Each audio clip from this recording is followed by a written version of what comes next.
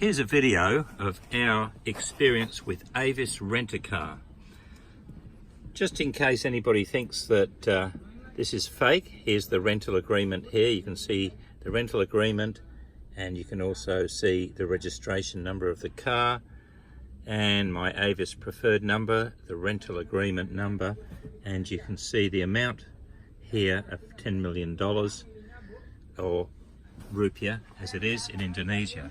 This saga started in Australia when we organised the rental from AVIS, and we paid over $1,000 to rent this car for 13 days. That's about $75 a day. When we arrived at Denpasar Airport, we were supposed to be meted and greeted by the AVIS representative.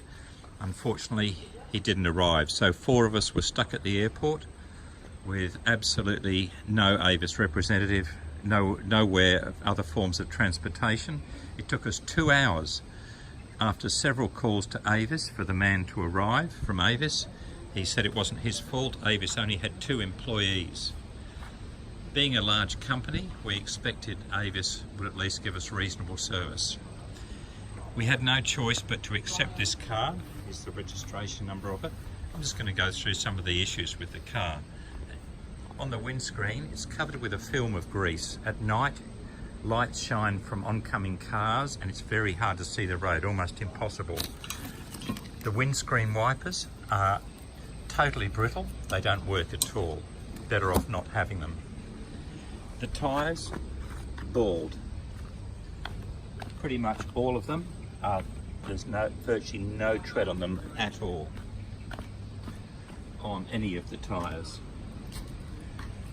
When we received the car, it was supposed to be full of fuel. It had about 1/8 of fuel, and we had to hunt around after taking the car to fill it up. The reversing camera is totally loose, doesn't work at all.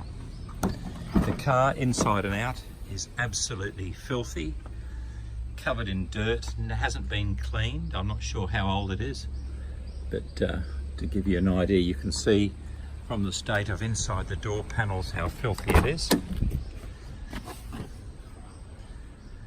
There, marks on the seat, absolutely despicable state for a car that we're paying such a large amount of money for.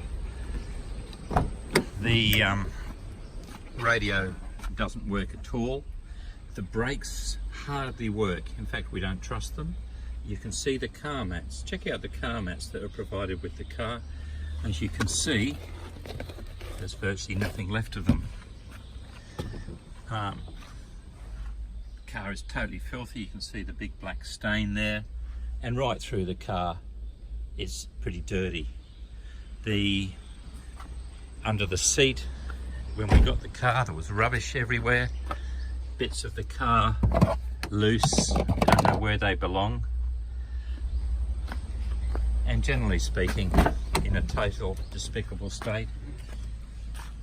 The condition of the car, as you can see, is just falling to bits.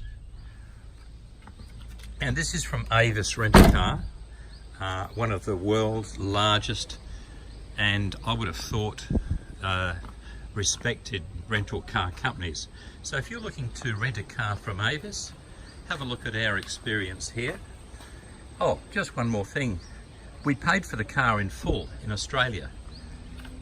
We got a written email confirmation, and my credit card was debited completely for the full amount. When we came here to get this car, and after waiting about 2.5 hours at the airport, the AVIS representative said that we'd have to pay again because he had no record of us paying, even though I showed him the receipt and I was able to show him the previous payment. So this is from AVIS Rent-A-Car. Again, here's the rental agreement, and this is what you can expect from AVIS Rent-A-Car.